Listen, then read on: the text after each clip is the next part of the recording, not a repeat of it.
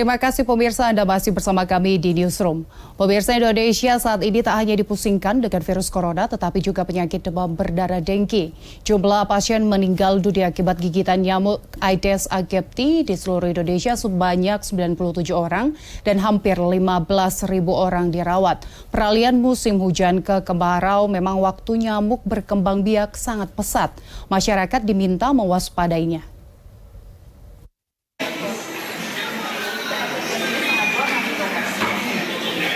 Selain penyebaran virus corona, masyarakat juga harus mewaspadai bahaya penyakit demam berdarah dengue atau DBD yang saat ini tengah mewabah. Di Rumah Sakit Umum Daerah Johar Baru, Jakarta Pusat misalnya, sudah 20 pasien DBD yang menjalani perawatan intensif. 10 pasien dirawat Januari lalu, sedangkan 10 pasien lagi di bulan Februari. Sementara pada Maret, rumah sakit kembali kedatangan pasien yang rata-rata anak-anak. Pihak rumah sakit mengklaim mampu menangani seluruh pasien dengan baik dan belum ada masalah kekurangan ruangan perawatan dan serta obat-obatan. Dan Februari estimasi pasien dengan kasus DBD kurang lebih sekitar setiap bulannya ada 10 pasien. Untuk di Maret sendiri, Pak?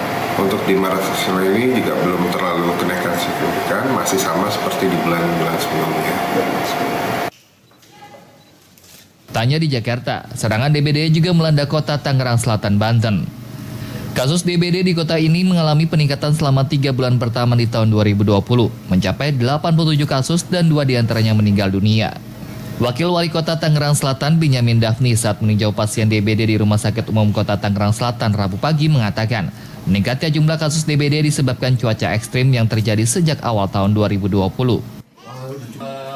Memang betul, bulan Januari itu ada 29 penderita DBD. Dengan catatan, ada dari Suradita di Kabupaten Tangerang, ada dari Gunung Sindur, ada juga dari Kebayoran Lama pasiennya. Nah, bulan Februari naik 41, yang 29 tadi sembuh, karena kan hanya dirawat 5-7 hari. Kemudian yang bulan Februari ada 41 penderita. Dan kemudian yang hari ini, sampai dengan hari ini di bulan Maret ini ada 17 penderita. Sementara di Rumah Sakit Umum Daerah Bekasi, Jawa Barat, sebanyak 55 pasien DBD mendapat perawatan intensif. Data RSUD Kota Bekasi mencatat, sejak Januari hingga Maret 149 orang dirawat. Mereka juga telah menyiapkan ruangan khusus bagi pasien DBD jika jumlah pasien mengalami lonjakan secara signifikan. Kasus kita dari Januari totalnya 26, kalau Februarinya 68, untuk Maret sampai dengan hari ini sudah 55. Itu campur ya antara pasien dewasa sama pasien anak. Dominasi sendiri anak atau dewasa, Bu? Tadi itu campur juga antara yang terduga DHF sama yang DAF serta sama yang shock ya, yang dengue shock syndrome. Kementerian Kesehatan RI mencatat hingga 5 Maret 2020 sebanyak 94 orang meninggal akibat penyakit demam berdarah dengue. Sedangkan total penderitanya di seluruh Indonesia 14.716 orang. Jumlah kematian terbanyak berada di Nusa Tenggara Timur, yaitu 29 orang. Kasus DBD di Nusa Tenggara Timur juga tertinggi di Indonesia, sebanyak 1.300 kasus. Kasus DBD tertinggi kedua di Jawa Barat dengan 15 orang meninggal dunia dan Jawa Timur 11 orang meninggal dunia. Nusa Tenggara Timur, Jawa Barat, dan Jawa Timur masuk dalam zona merah DBD. Tim Liputan, JAK TV.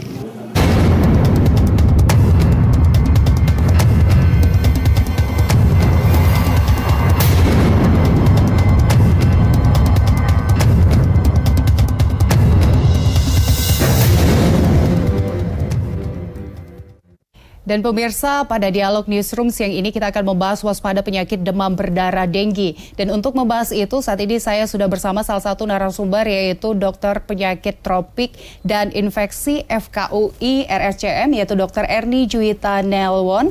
Ya, Dr. Erni, selamat datang. Terima kasih. Dr. Erni, kalau kita berbicara tentang demam berdarah saat ini kan kita memang agak tertutup dengan adanya penyakit virus corona, tapi kalau kita lihat kita tidak bisa mengabaikannya. Dan update terakhir tentang penyakit ini bagaimana, Dok? Ya, jadi memang betul tadi sudah sama-sama kita ikuti ya bahwa kasus makin banyak bertambah. Beberapa provinsi sudah melaporkan kenaikan yang sangat signifikan. Tapi kalau kita lihat, saya bekerja di Jakarta pun penambahan kasus untuk demam berdarah yang dirawat di rumah sakit juga mulai nambah nih angkanya dibandingkan dengan sebelumnya.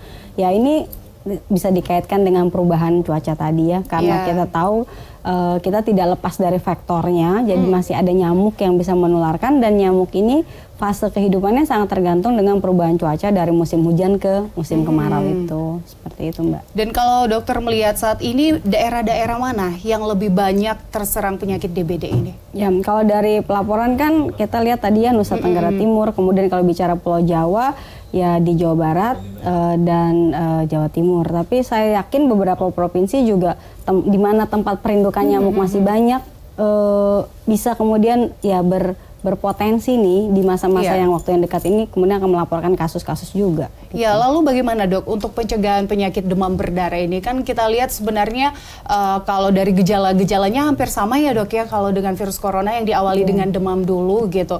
Nah kita untuk melihat pembedanya itu apa dok sebenarnya? Jadi kembali ke yang pertama soal pencegahan ya. Jadi kalau pencegahan memang idealnya sebelum banyak kasus seperti sekarang ini. Jadi karena ini terkait sekali dengan masalah kebersihan lingkungan, maka untuk denggi atau demam berdarah denggi ini sebenarnya fokusnya di 3M itu. Menjaga jangan sampai ada perindukan nyamuk. Itu mencegah ya Mbak, sebelum nyamuk jadi banyak. Tapi pada saat sekarang ini di mana kasus sudah tinggi, tentu berikutnya adalah mengupayakan supaya nyamuk ini kemudian bisa dikurangi dengan fogging. Karena walau bagaimanapun juga penularan dari virus denggi itu butuh vektor, butuh perantara, dan perantaranya itu nyamuk. Sehingga yang harus dikontrol adalah nyamuknya. Jadi jangan sampai ada satu orang yang sakit, kemudian ada nyamuk gigit. Nyamuk Aedes itu bisa terbangnya sekitar 200 sampai 400 meter. Jadi cukup jauh. Jadi kalau ada satu orang yang sakit atau bawa virus di tubuhnya, kemudian si nyamuk ini bisa kemudian menularkan ke sekitarnya. Jadi upaya pencegahan yang tadi 3M ini harusnya menjadi keseharian kita dalam mengupayakan supaya tidak ada breeding atau tempat nyamuk, perindukan nyamuk itu. Dan kalau sudah banyak kasus seperti sekarang, tentu upayanya adalah dengan fogging atau menghilangkan nyamuk-nyamuk dewasa itu supaya tidak terjadi transmisi dari orang yang satu ke orang yang lainnya. Itu yang pertama soal pencegahan. Tadi yang berikutnya soal gejala-gejala ya. Sebenarnya betul kalau untuk demam itu nggak bisa dibedakan. Demamnya virus mirip.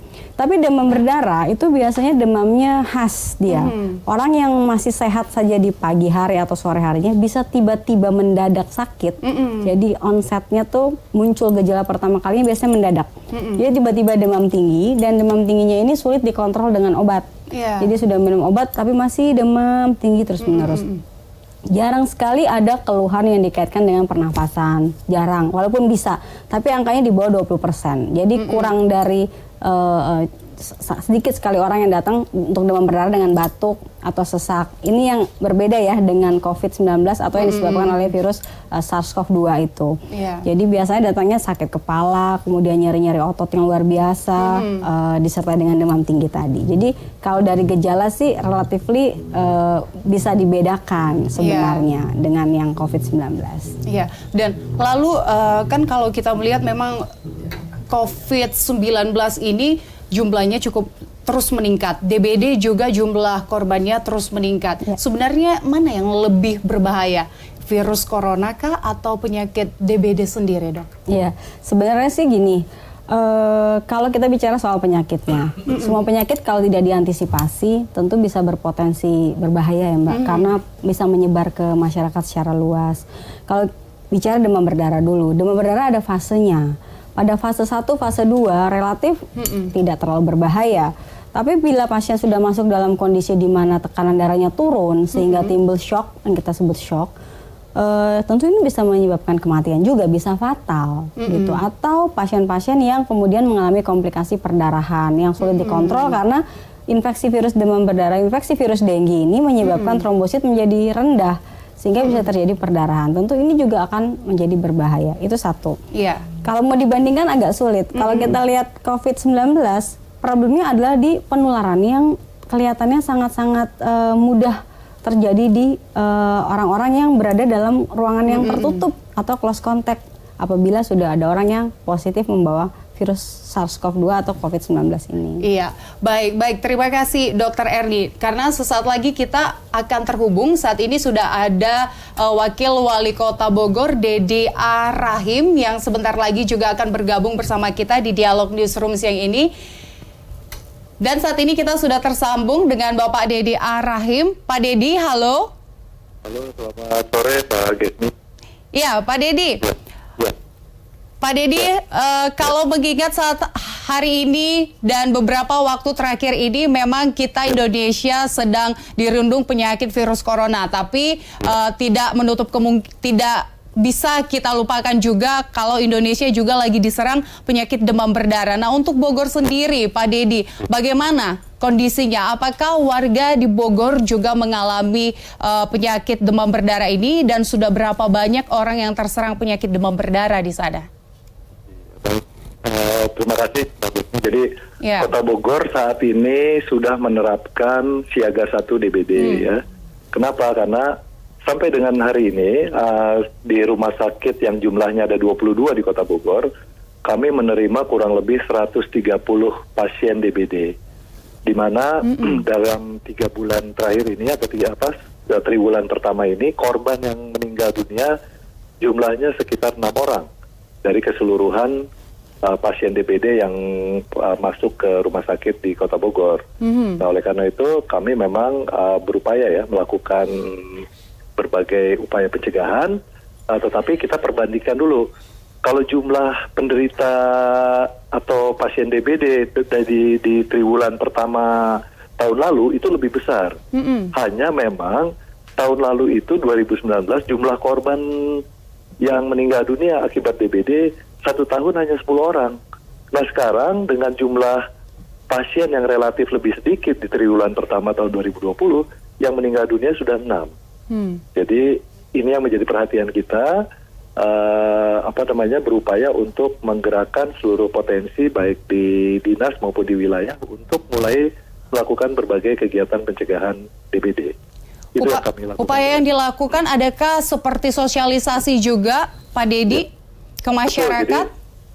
Betul, tentu yang pokok adalah pemberantasan sarang nyamuk dulu ya, yang kemudian biasanya diikuti dengan program 3M. Yang pertama menguras, kemudian menutup, kemudian menutup, menguras dan mengubur, Pak Dedi. Mengubur ya, ya.